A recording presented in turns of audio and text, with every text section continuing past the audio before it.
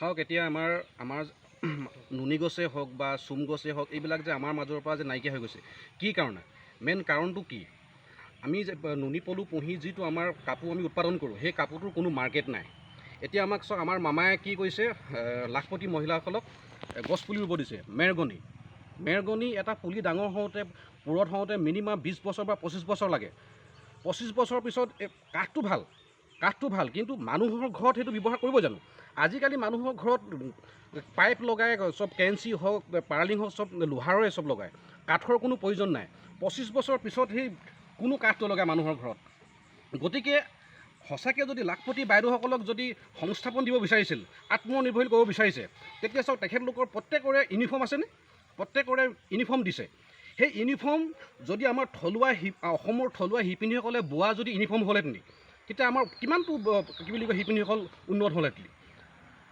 গতিকে আমাৰ প্ৰথম কথাটো হৈছে আমাৰ যিবিলাক অসমৰ থলুৱা যিবিলাক শিপিনী এটা সংস্থাপন দিয়াৰ মেইন কথাটো হৈছে আমাৰ অসমৰ মুখ্যমন্ত্ৰী হেমন্ত বিশ্ব শৰ্মাৰে বিভিন্ন জেগাত গৈছে তেখেতলোকে জানে যে অন্ধ্ৰপ্ৰদেশ তেলেংগানা বিভিন্ন জেগাত গৈছে যে আমাৰ যি ট্ৰেডিশ্যনেল কালচাৰ বহুত গুৰুত্ব দিয়ে বাহিৰৰ ৰাজ্যত আমাৰ অসমত কোনো গুৰুত্ব নাই গতিকে আমাৰ থলুৱা শিপিনীসকলক এটা সংস্থাপন দিয়ক ধুনীয়াকৈ এটা প্ৰজেক্ট হাতত লওক আত্মনিৰ্ভৰশীল তেতিয়াহে আত্মনিৰ্ভৰ হ'ব এনেই কিছুমান আৰু হেৰি কৰি পিনি কোনো আত্মনিৰ্ভৰশীল নহয় গতিকে অসমবাসী ৰাইজ আমাক এটাই অনুৰোধ অসমৰ যিসকল থলুৱা শিপিনী সঁচাকৈ যদি লাখপতি বাইদেউসকলক আত্মনিৰ্ভৰশীল কৰিব বিচাৰিছে আমাৰ যিবিলাক চৰকাৰী অনুষ্ঠান প্ৰতিষ্ঠানত থলুৱা শিপিনীয়ে বোৱা কাপোৰ পিন্ধাটো বাধ্যতামূলক কৰক কিনো থলুৱা শিপিনী কি গছ আমাৰ যিবিলাক আজিতো এতিয়া নুনি গছ নাইকিয়া হৈ গৈছে চুম গছো নাইকিয়া হৈ গৈছে আমি আগতে নুনিৰ পৰা পলু পুহি দীঘলতিও নাই এইবোৰ চব নাইকিয়া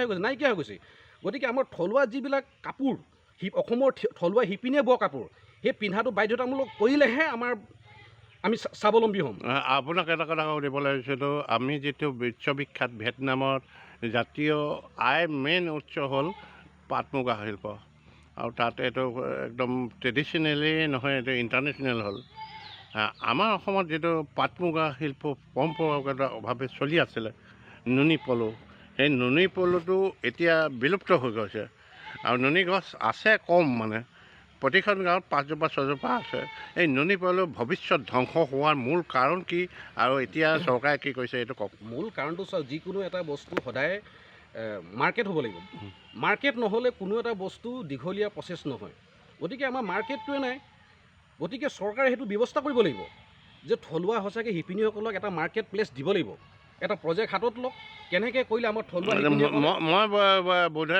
মই যিটো ভাবিছোঁ আপুনি ভুল ধাৰণা এটা লৈছে নুনি গছ খেতিয়ে অসমীয়া মানুহে এৰিয়ে দিলে গছ চছ কাটি শেষ কৰি দিলে এই ক্ষেত্ৰত আপুনি কিবা ক'ব বিচাৰে এই কাপোৰটো আমাৰ ব্যৱহাৰেই নহয় কোনো ক্ষেত্ৰত ব্যৱহাৰ নহ'লে আৰু নুনি ট্ৰেডিশ্যনটো এৰি দিছে ঘৰত ববলটো যিটো লাগে গতিকে সেইটো চৰকাৰে ব্যৱস্থা কৰিব লাগিব অকল চৰকাৰে নাই ৰাইজক কৰিব নালাগিব চৰকাৰে এতিয়া তেনেকৈ দিব লাগিব ন এই কাপোৰযোৰ নাই ৰাইজ নিবনুৱা যুৱক এজনেও ঘৰত এজোপা নুনি নিব এইটো কি নিবনুৱা যুৱক বা পৰিয়াল শিক্ষকৰ দুখ নাই নেকি আছে নাই সেইটো আছে সেইটো হয় চাওক পাট কাপোৰ আমাৰ অসমৰ ট্ৰেডিশ্যনেল কালচাৰ হয় কিন্তু সেই আগতে স্কুল কলেজত কি বুলি কয় চাদৰ মেখেলা পিন্ধি গৈছিল আজিকালিতো নাই গতিকে চাদৰ মেখেলা এযোৰ চুইজাৰ দাম যদি পাট পলুৰ হয় দাম কিমান হ'ব 50,000 60,000 সেইটো এটা ডাঙৰ কাম ষ্টাইল দিলে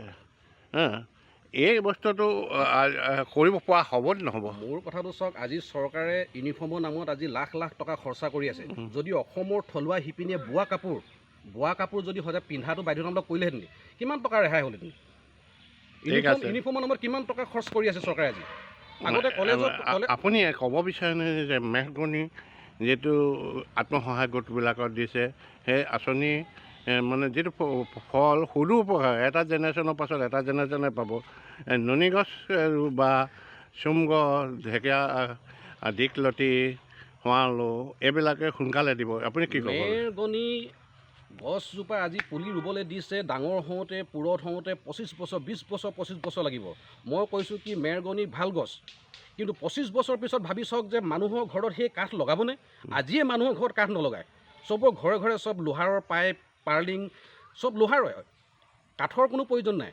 গতিকে সঁচাকৈ যদি লাখপতি বাইদেউসকলক যদি আত্মনিৰ্ভৰ কৰিব বিচাৰিছে, আমি প্ৰথম গুৰুত্ব দিব লাগিব যে আমাৰ যি থলুৱা শিপিনীসকলক গুৰুত্ব দিব লাগিব, নিজৰ ঘৰত বোৱা কাপোৰৰ ওপৰত গুৰুত্ব দিব লাগিব। তেখেতলোকৰ যিটো ইউনিফৰ্ম যদি আমাৰ থলুৱা শিপিনীয়ে যদি বোৱা যদি পিন্ধিব দিলেহেঁতেন, হয়নে, তেতিয়া উন্নতি হ'লেহেঁতেন নাই। এটা আমি আগৰ বাতৰি যথেষ্ট প্ৰচাৰ কৰিছোঁ, বিশেষকৈ মুগা শিল্পৰ ওপৰত। ইতিমধ্যে অসম চৰকাৰ আৰু নৱদলীয় ঢকুৱাখানাৰ বিধায়কে জনাইছে যে ঢকুৱাখানাত এটা মুগা মেগা প্ৰজেক্ট হ'ব। এই ক্ষেত্ৰত চৰকাৰে মানে দৃষ্টিভংগীটো কেনেকুৱা হৈছে বুলি ভাবে? মই এইটো ভাল পাইছোঁ, তেখেতলোকে অলপ যে চকু মেলি চালে। কিন্তু অকল চকু মেলি চালেই নহ'ব, আমাক লাগে আত্মনিৰ্ভৰশীল হ'বলৈ। আত্মনিৰ্ভৰশীল হ'ব হ'লে কিন্তু আমাৰ যিবিলাক অসমৰ থলুৱা শিপিনীয়ে বোৱা কাপোৰৰ ওপৰত গুৰুত্ব দিব লাগিব। নহ'লে কেতিয়াও লাখপতি বাইদেউ বজাৰ এখন মাৰ্কেট প্লেচ লাগিব। ঠিক আছে, বজাৰ আন্তঃৰাষ্ট্ৰীয় বজাৰ কৰিব পৰা যায়। জাপানৰ মানে প্ৰধানমন্ত্ৰীয়ে সেই উদ্দেশ্যে অহাৰ পাব। ইতিমধ্যে জুবিন গাৰ্গৰ যিটো ফটো বা ছবিখনক লৈ যি বিতৰ্ক হ'ল, সেই বিতৰ্কত জাপানৰ কৰ্তৃপক্ষ আহিছিলে আৰু বেয়া পালে আৰু সেই প্ৰগ্ৰেমটো কেঞ্চেল হৈ গ'ল।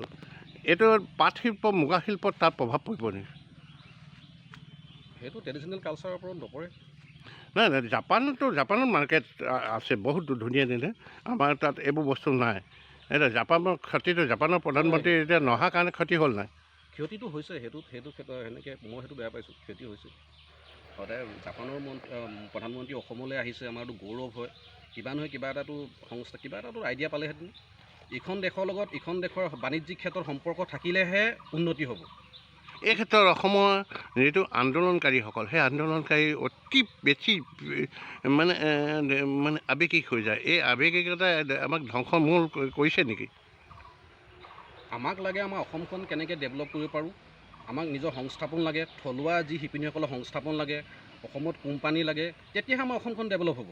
কিন্তু আন্দোলন সেইবিলাক ক্ষেত্ৰত নাই। মই সদায় অসমখন কেনেকৈ ডেভেলপ কৰিব পাৰি, কেনেকুৱা গাঁৱলীয়া সমাজৰ পৰা কেনেকৈ ডেভেলপ হৈ যাব পাৰে সেইটো বিচাৰোঁ।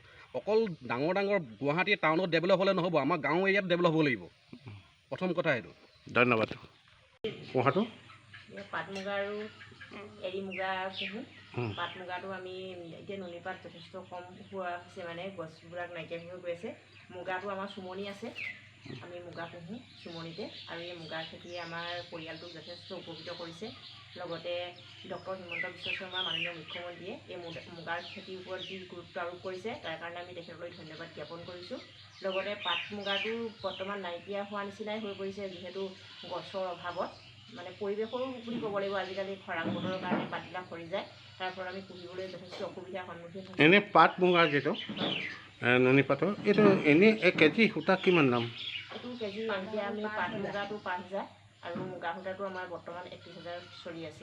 আপোনালোকে এতিয়া কি মুগা পুহিছে? এইটো আমি এতিয়া মুগাটো বৰমুগা বুলি কয়। অঁ, এই পাট মুগাটো পাটৰ কঠীয়াবিলাক ক'ৰ পৰা আনে? পাট মুগা আমাৰ এগ্ৰিকালচাৰ অফিচৰ পৰা আমি মানে বিচাৰ কৰি তেনেকৈও আনো, আৰু লগতে আমি সঁচ কেতিয়াবা আমি মানে ৰখাই থওঁ। যিবিলাক সামগ্ৰী খাং চাং বা খৰাহী নিচিনা কিছুমান মুগা জুম দিয়া পাটৰ বিশেষকৈ সেইবিলাক আছে নাই? আছে আছে আছে। আছে। পাট মুগাৰ ভৱিষ্যতটো অসমৰ ভাল হ'বনে? পাট মুগাৰ ভৱিষ্যতে ভালেই হ'ব বুলি আমি আশাবাদী আছে। এতিয়া মানুহে হয়। এতিয়া আপোনালোকে কিমান টকা পাব মুগাত?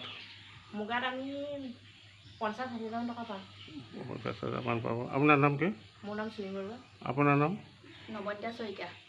পাট গছবিলাক এতিয়া পোৱা যায় নে? নুনী পাট গছ পোৱা যায় নে? পোৱা যাব। ঠিক আছে। পাটৰ এতিয়া ছিজন আছে না? পাট মুগা আছে, পাট মুগা ছিজন আছে। আপোনালোকে নাই পোহা নেকি? আমি এতিয়া এবাৰ পুহিলোঁ, তাৰপিছত নেক্সট আকৌ এই মাহটো ৰখি আকৌ ভাদ মাহৰ পৰা আমি কটীয়া মুগাটো আৰম্ভ কৰিম। ঠিক আছে।